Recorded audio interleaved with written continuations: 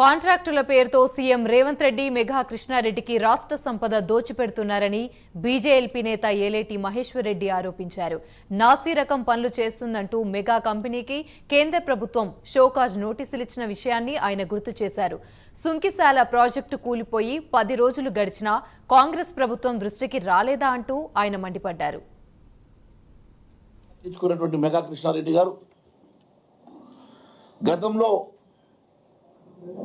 ఉన్నటువంటి టెండర్ని ఎస్కలేట్ చేయడంలో యాక్టివ్ పాత్ర పోషించాడు. కానీ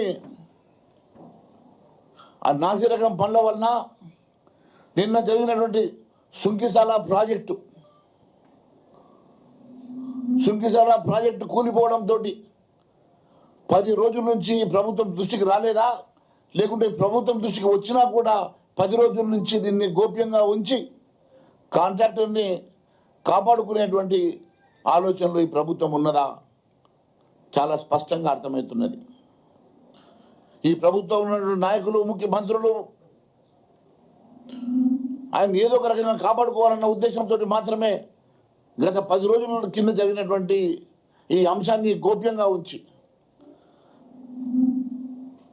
ప్రజాధనంతో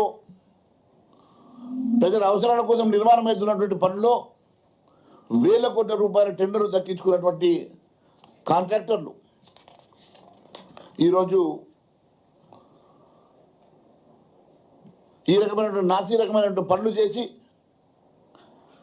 నాయకులు అండదండలతో మాత్రమే తప్పించుకు తిరుగుతున్నారు.